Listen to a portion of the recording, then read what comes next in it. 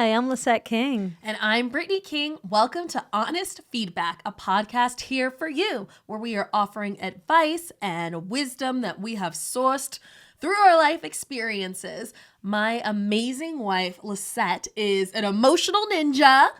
In professional terms, she is a trainer and master practitioner of neuro-linguistic programming and mental emotional release, which is she can help you hack your brain and get outside of your problems and release them so you can start living your life of purpose. Yeah. Game changer. Oh, thank you, baby. Yeah. And my wonderful goddess, Brittney King, is a pleasure priestess. She is here to help women discover their pleasure and connect to their sensuality within so they can truly live the life they desire. And she's making some big waves out there, y'all.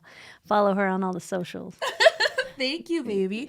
And today we are going to be talking about Food.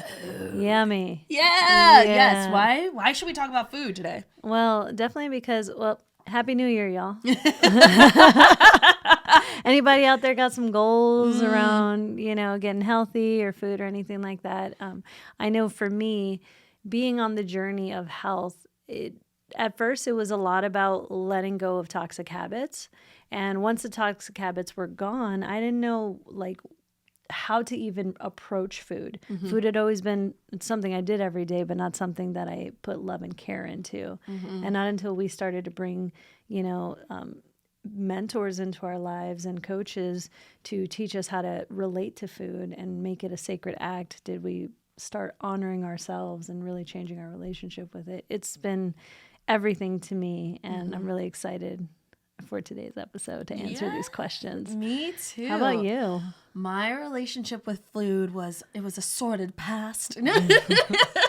It was complex because I used food as a crutch, as a coping mechanism. I used it as protection. I had a history of emotional eating and overeating, and I used it to keep myself safe. And after doing release work with Lisset and really getting to my truth about it, I was like, okay, so the baggage is gone. I want to have a different relationship with food. And like you, I don't know where to start. And I got to my big why of why do I want to show up differently? And it was to be able to hear my body clearly. That was my why. And so I did that and got clear on my why. And with your support and the support of other mentors and teachers, I was able to release 25 pounds. And now I'm hearing my body clearly. So I definitely know what it's like to be I have a goal and I just don't know how I'm going to get there. Yeah. But changing my relationship with food was integral. And that was not the thing I heard being talked about. People are like, try this plan. Have you done keto? Have you done paleo? Have you done whatever? Oh, thanks. But nobody was teaching me how to relate to food in my body differently. So that is where Goddess Ella Murphy comes into the mix. She is our special guest today, and she is a true sister of both of ours. We met her in a deep space of sensuality and transformation. We were pole dancing. And it was just love ever since. And she is an earth priestess, a folk herbalist, the founder of Plants and Pleasure Apothecary. She's an author. She's a professional chef. She co-leads a beautiful ceremony space with non-psychedelic plant medicine with her partner called Light Weavers. She just does so much, and she is such a wisdom keeper, and I'm so grateful that we have her here today. So excited. Should we give her a call? Yes, let us call her. Hi, Ella. Hi, Lisset. Hi, Brittney. Hi! It's so good to have you here. It really is. It's so good to be joining you from your upstairs since I'm in the middle of moving. Yes. Thank you for being a goddess on the go with us this week, sharing your infinite wisdom. It is such a pleasure to have you here. And I was sharing with everyone about your myriad talents, being an earth priestess and a folk herbalist. And y'all, she's also a professional. Like, there's nothing that she can't do. If it was apocalypse now, Ella's on my team. 100%. Okay. Yep. If there's anything, are we going gallivanting through the rainforest? Ella's on my team. Mm-hmm. She crushes at everything. So I just would love for you to share what has been your journey with gaining all your gifts. What has been your food journey, since we're here to talk about food? Like I'm sure everyone listening, it has been a journey. Oh, well, if I'm to take us back to the very beginning, I was really, or have been really fortunate to be born into a home where my parents really cared about food. And it's kind of taken me getting into my adult years to actually understand the care and intention they put into the food that they created for my brother and I. Um, yeah, my mom made all of our baby food growing up. She bought fresh fruits and vegetables, would just steam things, puree them. So from a really young age, I was being fed a very unadulterated version of nature's nourishment. And as I began to become older, that began to shift, as I'm sure many people listening who can relate to when they have to care for another human, whether that's a child or your partner or a friend, or anyone in your family, you know, it became more complicated for my mom, but we were still really cared for with food. So things were always made at home. There were the occasional DiGiorno pizza or like a hamburger helper kind of thing, but for the most part, she had these dishes that she kind of rotated through. So I was really used to seeing whole, fresh ingredients, even though my parents and my mom never really discussed it in terms of we're eating vegan or we're eating vegetarian or we're eating organic or we're putting awareness into the food. That wasn't the part that was taught to us. It was just kind of done, but it was never a part of the conversation. So sorry, my AirPod keeps popping out of my apparently tiny ear hole. All good. Kind of fast forward through that journey, I just became obsessed with cooking, and my mom really supported that. And she always had some sort of thing on standby because I made some really disgusting, horrible things. I definitely thought that I was far more capable than I was at the time. So I would pick incredibly complicated recipes that would have words like sear and saute, and I didn't even know what those words meant. But I still went for it. So that was really my journey with food, is then throughout middle school and high school, I really fed my family a lot of the time. And then as I cooked more and more and more, I just began to feel like it was this really beautiful creative outlet for me. And so I moved out to LA when I was in my early 20s and went to my first farmer's market, and it just blew my mind to see the variety, to see the vibrancy in the food, to feel what I didn't have a word for it at the time, but to feel the frequency of the food really speaking to me. And so I began my journey into food. I got a job at a restaurant, and then through my work with different people, I began consulting. I ended up starting my own catering company, my own personal chef company.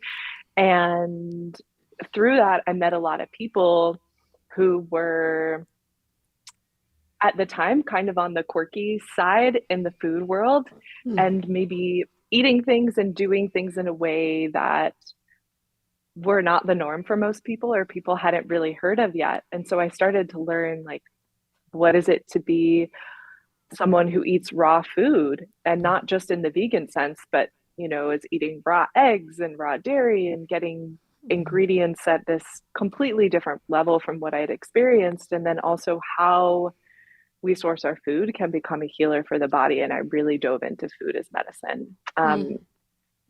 I was having a lot of my own digestive issues from a surgery that I had when I was younger, and some of the prescriptions that were given to me afterwards really affected my gut, killed my microbiome. So I was really struggling with digestion, and that kind of led me into my own path of food as medicine and how we can heal ourselves with food. And then I began to learn more about things like autoimmune diseases and candida and bacterial infections and yeast infections, and how we can use food as an ally and as a medicine to not necessarily be the thing that treats us, but to be in support of our body's own systems and how it can heal itself.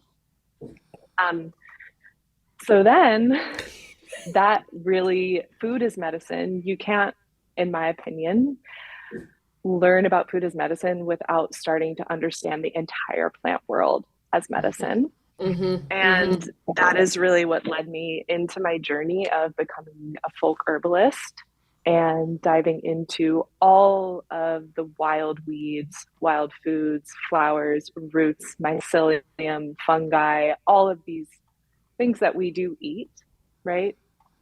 But how do we translate that into an even deeper healing for our bodies? Because we're not taught how to cook with those things. We're often taught to cook with what is available at the grocery store. And a lot of farmers, I'm not clumping them all together, but things like one of the most nourishing wild weeds is nettles, and it grows wild all over the world.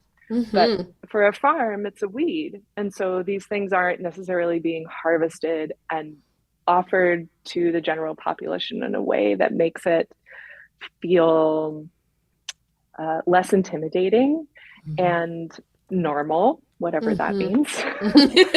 So that's kind of how food has made its way through my whole journey to now. And while I'm not actively a chef anymore like I was for so long, it just really informs how I approach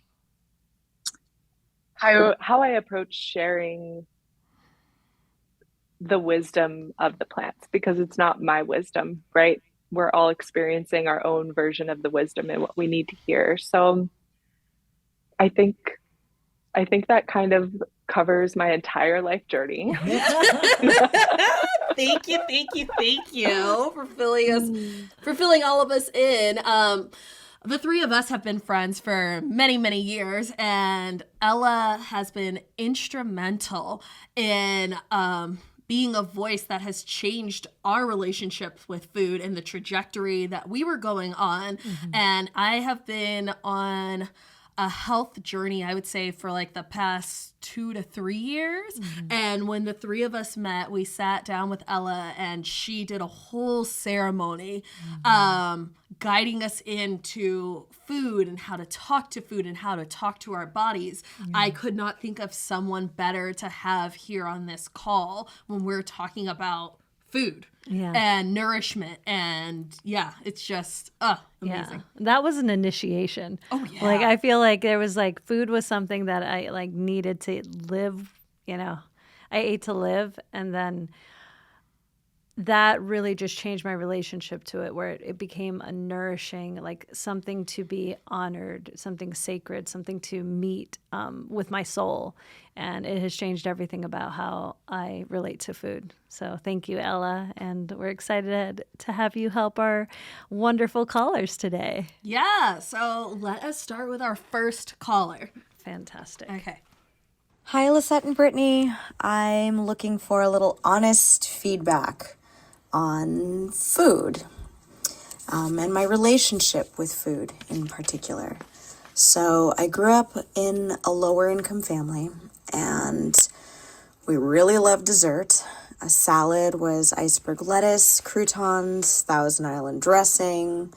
We had tacos, spaghetti, burgers, frozen pizzas, and continuously, I had lean cuisines. So I don't know if anybody remembers those, but we also had a big freezer that had a never-ending supply of lean cuisines and ice pops in them. So when I went to college and throughout my 20s, I became a Trader Joe's chef because that was my relationship with cooking. Pre-made meals, things that I could package, things that I could just simply boil and put some sauce on or heat up, and voila, I have a meal.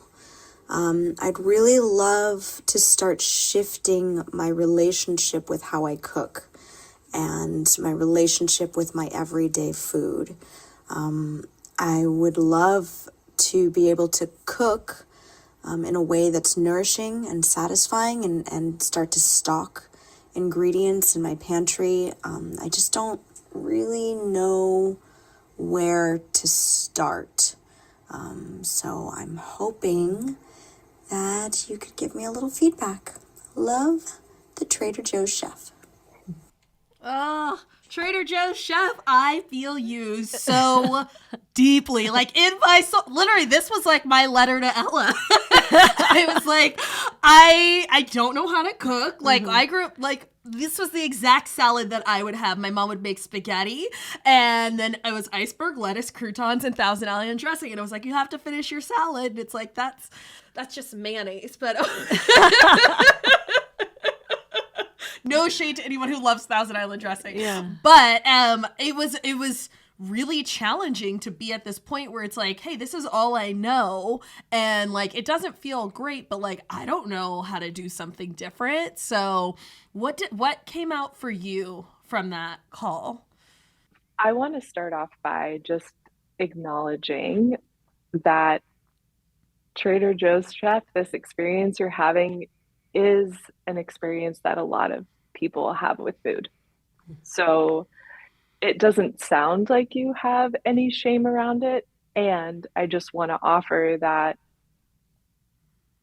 food is a journey for all of us, and it's vastly different for all of us, right? And we're all starting from a different place with a different set of tools, a different set of understandings, a different experience with our bodies too. You know, our relationship with our bodies affects how we view food. So I just want to acknowledge you're not alone, Yeah. as Brittney did. And the first thing that really stands out to me in the overarching of what you said is, where do I start? You know, not what do I do, but where do I start? What's the starting point? What's the entry point? And this is really similar advice to what I shared with Brittney and Lisset the first time that we kind of sat down to have our reality check, you know, which is, it's all about listening to your body. So I'm going to tell the story that I love to tell. One of my favorite books dives into this topic of nourishment. And there's this research study that was done with a group of very young children, just starting to have solid foods. So they still weren't incredibly verbal. So they weren't necessarily able to communicate what they needed. And the blood work was taken on all of these children. I think it was 25 children. And then they were each one by one put in front of this table that had a plethora of options: cooked vegetables, raw vegetables, grains, fruits, dairy, just this plethora of things you could imagine to kind of create diverse options. Each child went to the table. They were allowed to just kind of eat whatever they wanted. And then, 30 minutes or an hour later, the blood work was done on the child again. And every single one of the 25 children corrected their own blood work by the food that they ate, corrected their own deficiencies. And this nutritional wisdom is something that we are all born with. Our, birth family, our chosen family, our friends, our communities condition us to have different beliefs around how food should be So you should eat breakfast, lunch, and dinner. You should have 3/4 of your plate should have vegetables. Oh no, wait, half of your plate should be protein. Oh no, wait, it should be this. When the reality is, I just want to offer something to really ground in, which is know, your body knows, your spirit knows exactly what your body needs. And a lot of the time, what your body needs is not going to be what society is using as the pedestal on which a proper diet exists. Oftentimes, yours is going to look very different than that. So, a place to start would be to find a farmer's market and to start going there. Even if the first time you go, if it feels intimidating, overwhelming, and you walk away without buying anything, that's totally okay. It's like building a new relationship. You got to take things really slow, because oftentimes when we go fast, hot, and heavy, we can burn out. And that includes our relationship with food. If we try and change our entire experience with food overnight, it's not going to last. So start going to a farmer's market, building a relationship with what that feels like. If you feel inspired the first time you're there, instead of thinking, I don't know how to cook this, or I don't know what to do with this, just following your intuition and buying a couple things, even if you don't know what it is, or maybe it's something you really recognize, just following your intuition of like, I feel really drawn to this thing, without allowing yourself to think of why. And letting that be the beginning point. 90% of vegetables, you can just roast them in the oven with olive oil, salt, and pepper. Like, you do not need to become, a master chef overnight to be able to nourish yourself. Of course, it's fun when the creativity starts to sneak in and you start to feel like more freedom and comfortability with that. But most foods can just be roasted, that simple, or thrown in a pot with some stock and boiled to make soup. There's so many recipes available to us. I think it can feel overwhelming. Like, I don't know how to figure that out. But the place to shifting your relationship with food always starts with connecting back into your intuition of what your body is asking for. You might show up to the farmer's market and see a pile of beets and literally want to grab the entire pile to take home with you, or it might be something that you're like, that's weird. Like, why am I feeling so drawn to onions? Don't let yourself question it. Just go for it and start gathering things and allowing yourself to explore. So that's one thing that I want to offer as a place to start, is the exploration of it.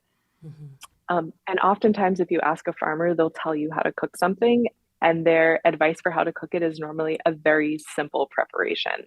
So instead of, if you find Romanesco, which is this like really beautiful alien looking Fibonacci sequence mashup of broccoli and cauliflower, that might be like, okay, I'm Googling Romanesco recipes. You're creating more stress for yourself that way. Keep it simple.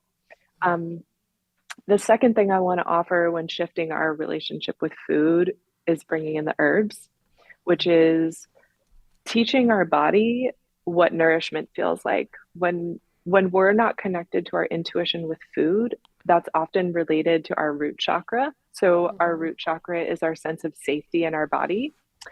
And kind of think of the mantra, I am safe, and the mantra, I have the right to be here. So when our root is not nourished, which our root is related to home, family, food, our basic needs, right? When they're not being met nutritionally, then we can have a hard time feeling safe in situations. We can have a hard time feeling like we have a right to literally exist, as dramatic as that sounds. It might be that dramatic. It might be a quieter voice than that.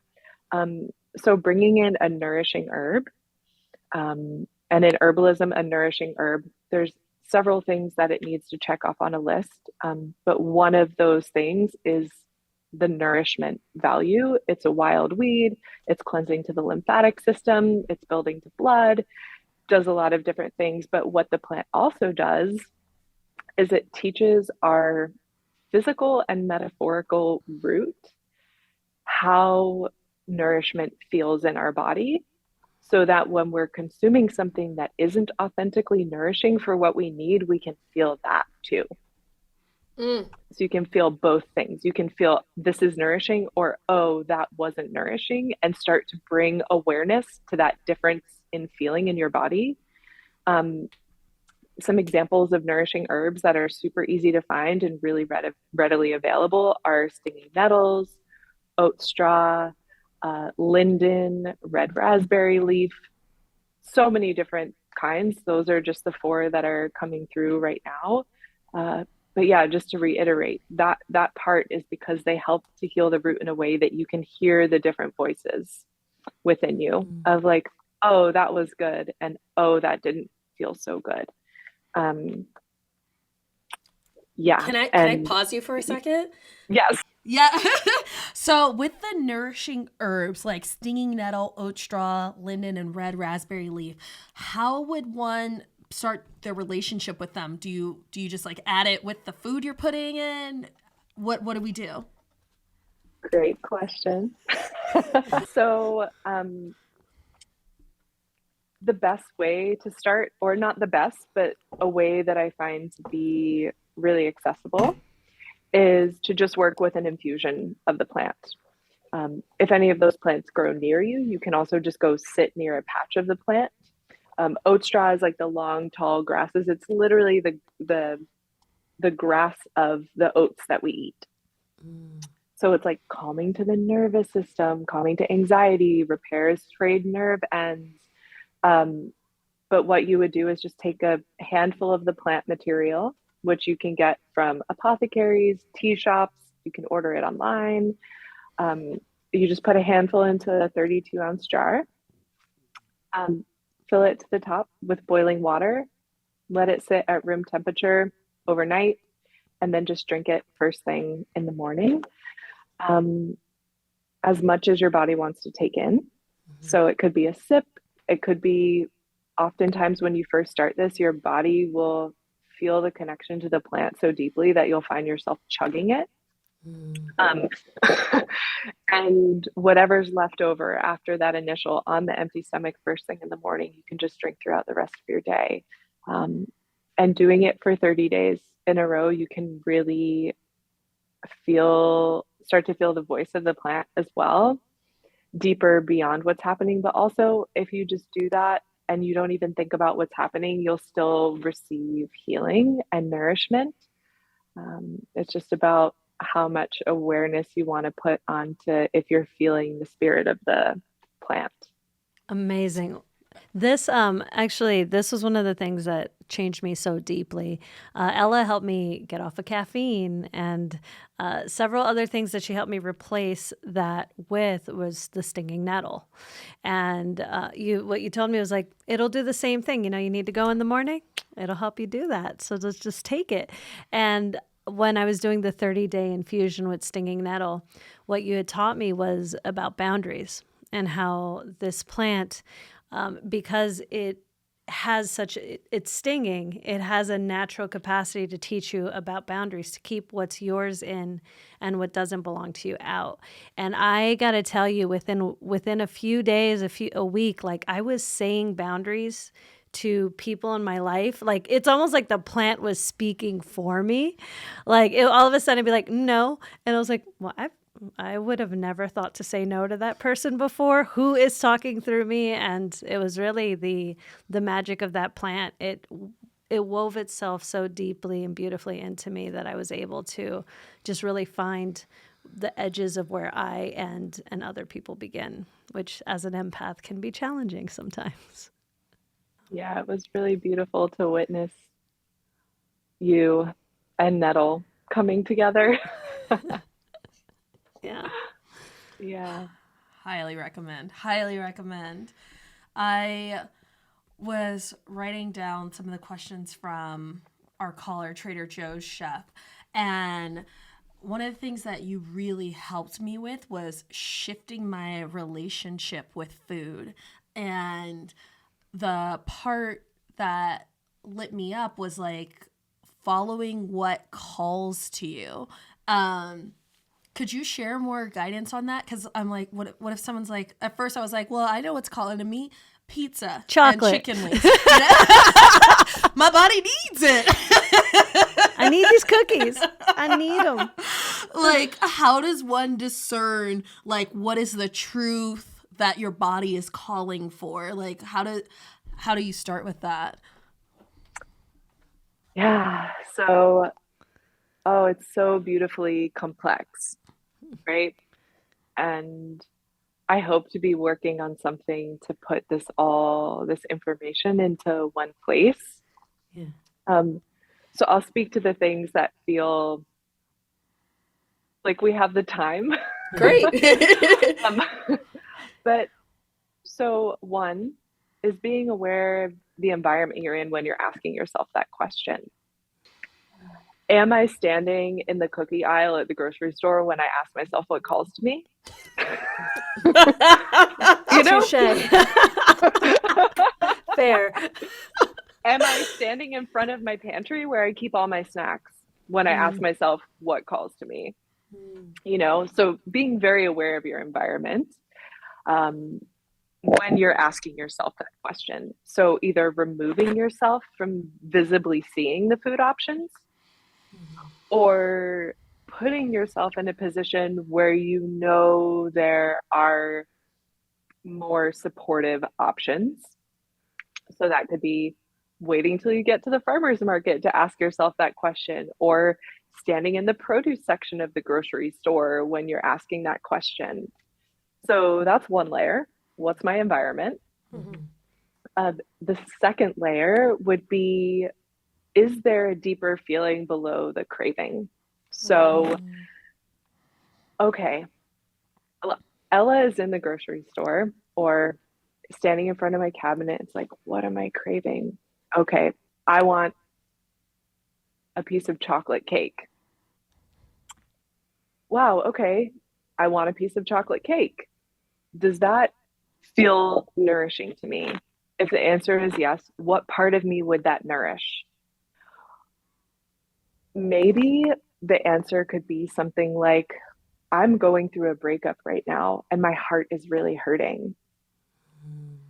The answer to that could be, I am in the middle of my moon cycle and I'm feeling really tired and I feel like I need an energy boost. Kind of digging deeper into the craving when it's something you can already tell feels out of alignment. And this is the layer that I'll just touch on briefly, but also what energy center, chakra feeling are you trying to satiate? Is it a true physical, nutritional need that you're feeling? Or is it a part of you, an emotion that you're either trying to soothe or feed? So that could look like, for example, our solar plexus, so our sense of self, is connected to the flavor sour. So oftentimes, if you're like salt and vinegar chips or your jam, you want like tons of vinegar on everything. There can be, I don't want to say deficiency, but an imbalance or something to look at in that part of your being, in your sense of self, in your confidence, in the amount of self-love you're providing yourself with.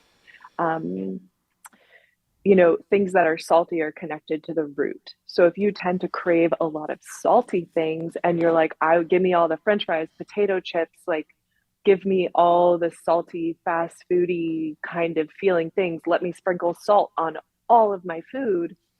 Oftentimes that can be a place where our root is out of balance, where we're not feeling safe in our living environment. We're not feeling safe in our relationship. We're not feeling met in our basic needs as a human, which part of our basic needs include the ability to feel that you have the right to exist in this lifetime on this planet right now.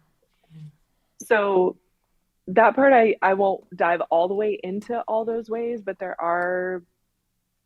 my intention is to create something to make that information really easily digestible in some sort of diagram or something that I haven't done yet. But that intuition you're talking about, and is this actually the thing that I really need? Um, it's kind of giving yourself that reality check of where is this really coming from when I keep getting the hit that eating an entire box of chocolate chip cookies is what my body needs right now. You know, oftentimes there's another source, and how can we then reframe that thing that we're seeking? And in the moment, if we're feeling heartbreak, sometimes we just need to let ourselves feel that, or we need to call a friend, or we need to express our love to someone else, whatever it is. Like, how can I then feed that part of myself without, because what food does is it prevents the flow.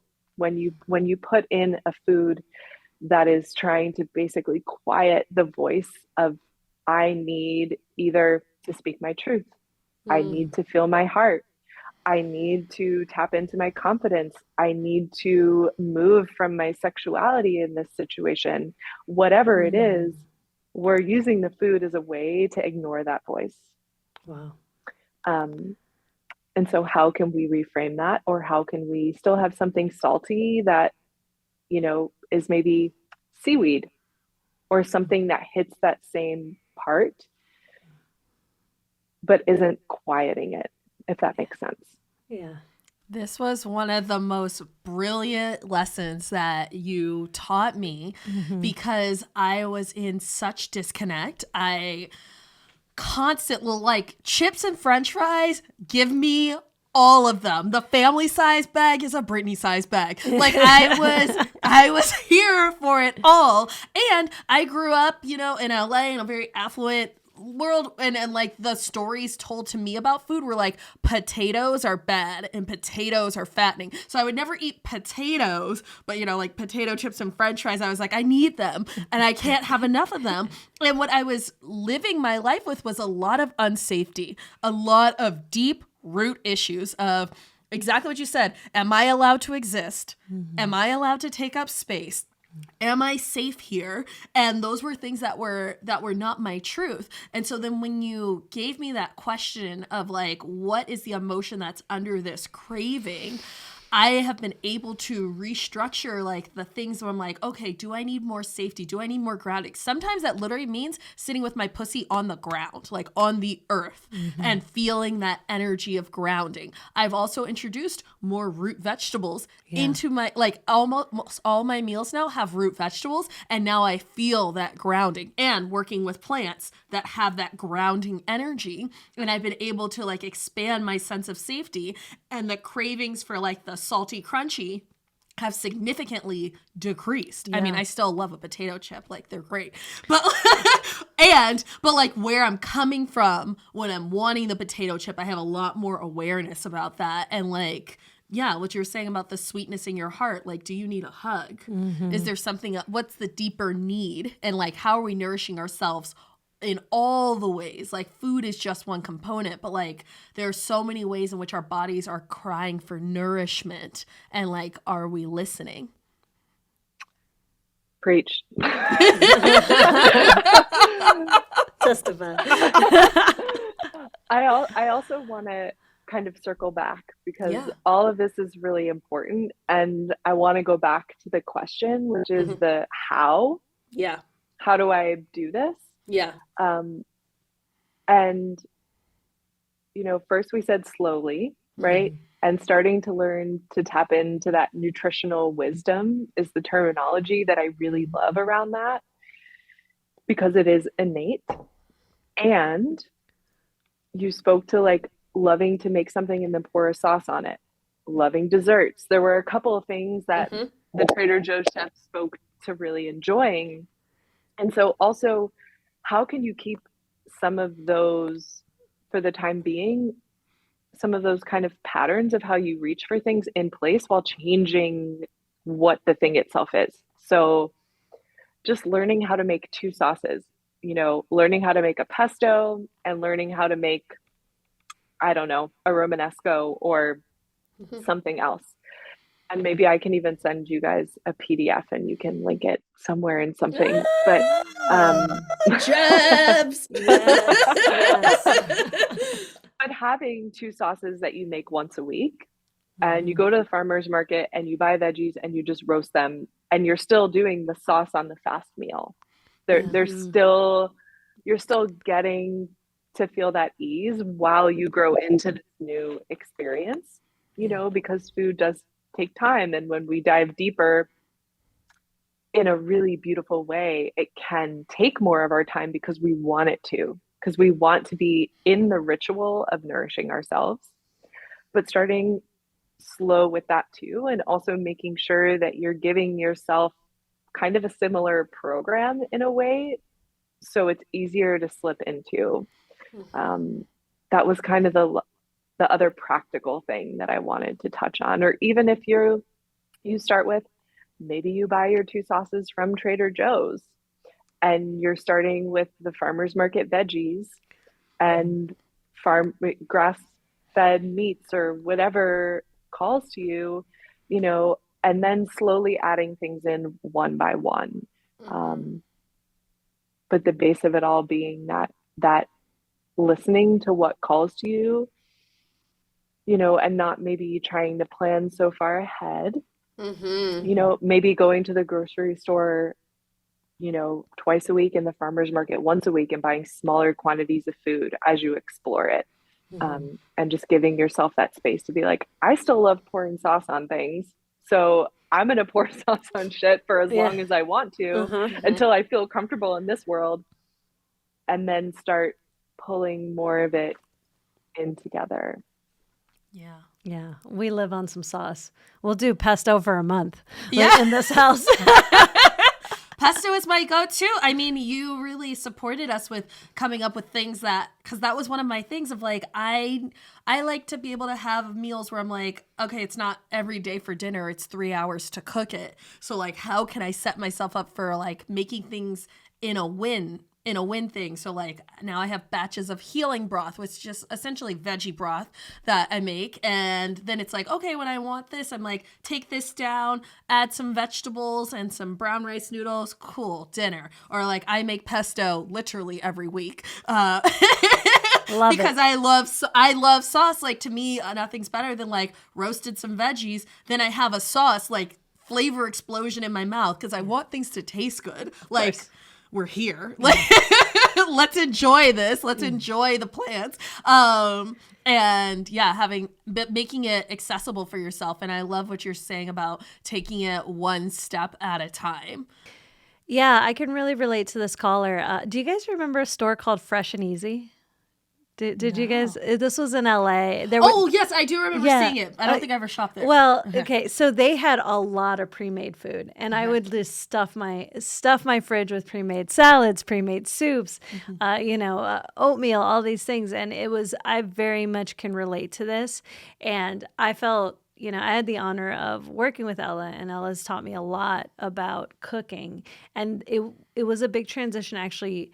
Cooking for other people to bringing it to myself. And so when we talk about that, it was easy to do a recipe for someone else, but incorporating it into what I needed, that was, that's been the journey we've been on for 2 years.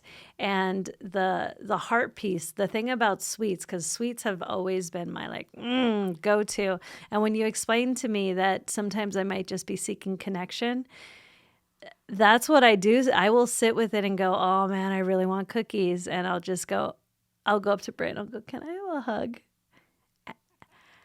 And all of a sudden the urge has subsided. And it's just wild that simple tweak in my life has been magnificent. So I would just say to Trader Joe's chef, just be kind, be patient with yourself while you're on this journey. It's taken us time to get here. And that's where we're living now. We've been all January. We've been cooking at home every single meal, and we're on this journey with health and really nourishing ourselves and knowing what that is.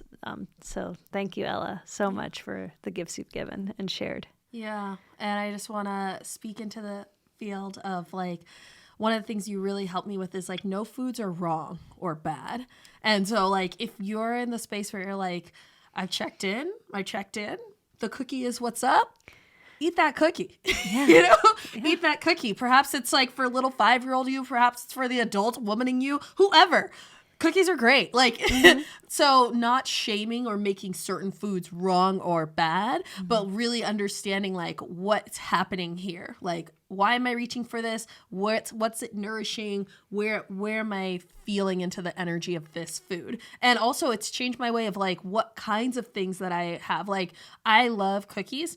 And now I've stopped eating ones that hurt my tummy, the ones that have dairy and gluten in them, because those don't make my body thrive, cause a lot of gas and bloating. But like now if I have a cookie, I'm like, oh, I'm going to get the one that tastes really good from like the nice store. And like, instead of buying like the many packs, I'll buy like the one cookie and then I'll have it and I'll enjoy it. And it tastes so good. And like, I'm like, oh, that was completely satiating. Done, as opposed to eating the things where it was just like mindless and the vibration of the food was just not as high. And so it's like very easy to eat a box of those and then I don't feel good. And then it triggers a whole other guilt, shame, other emotion spiral that really I feel like I had an addiction to that spiral of being in guilt and shame. And sometimes I was using these foods to like, they were like, oh, we should kick ourselves today. Eat this, Yeah. And so being able to move away from that. Wow. Gosh, this is so juicy. Ella, could you stay on for another episode? Yes. Yes. Okay, you guys, this is so good that we are going to break this episode up into 2 parts because our other question steers us in a different direction, still about food. But did you have any lasting notes that you wanted to give? I think I just want to echo the last thing you touched on, which no foods are wrong. And you can also check in with yourself and still get a no and still choose to eat something, right? It's all about how much awareness are you putting around it. And I know Trader Joe's chef is talking about starting this new journey. And it's really that there's no wrong way, there's no wrong food. And it's just about learning what's better for you personally, So Yeah. I love you both. And it's just such a joy to share all of this with you and to have watched you over the last few years and just the way you've completely